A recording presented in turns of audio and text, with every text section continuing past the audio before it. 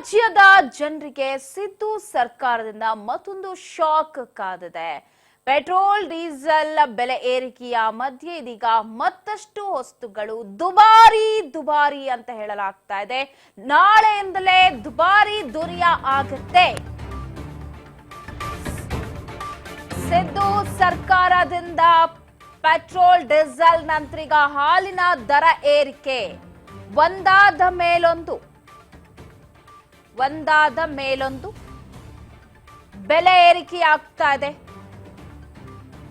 ರಾಜ್ಯ ಜನತೆಗೆ ಸಿದ್ದು ಸರ್ಕಾರ ಕೊಟ್ಟಿದೆ ಮತ್ತೊಂದು ಶಾಕ್.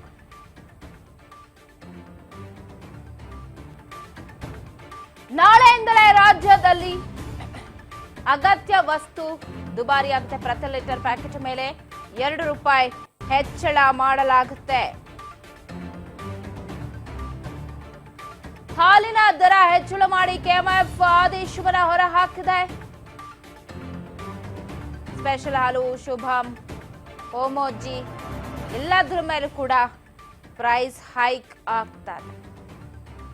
ಎಸ್ಟೋನ್ಡ್ ಹಾಲಿಗೆ ₹44 ಹಾಲಿನ ದರ ಏರಿಕೆ. 1050 mlಗೆ ₹2 ಹೈಕ್ ಆಗಿದೆ. ಹೋಮೋಜನೈಸ್ಡ್ ಟೋನ್ಗೆ ₹45 ಬೆಲೆ ಆಗುತ್ತೆ. ನಾಳೆಯಿಂದ ಜಾರಿ ಆಗುತ್ತೆ.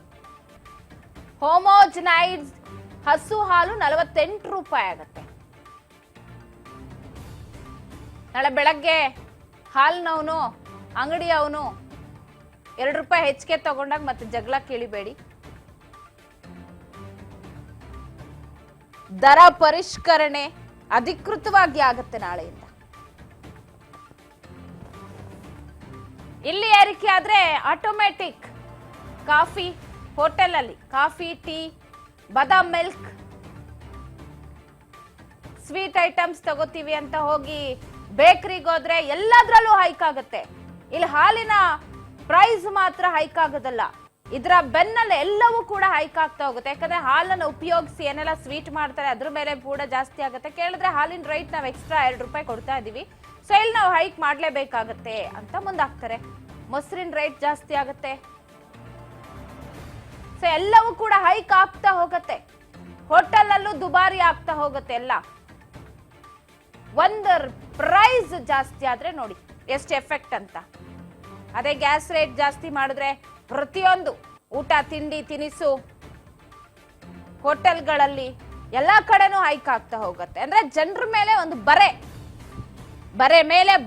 ಮೇಲೆ ಬರೆ ಹಾಕ್ತಾನೆ ಇರುತ್ತೆ.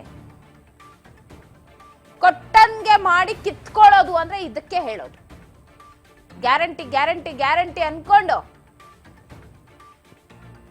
ನಿಮ್ಮ ಮೇಲೆ ಬರೆ ಹಾಕೋದಂತೂ ಗ್ಯಾರಂಟಿ ಅಂತ ಆಯ್ತು ಈಗ.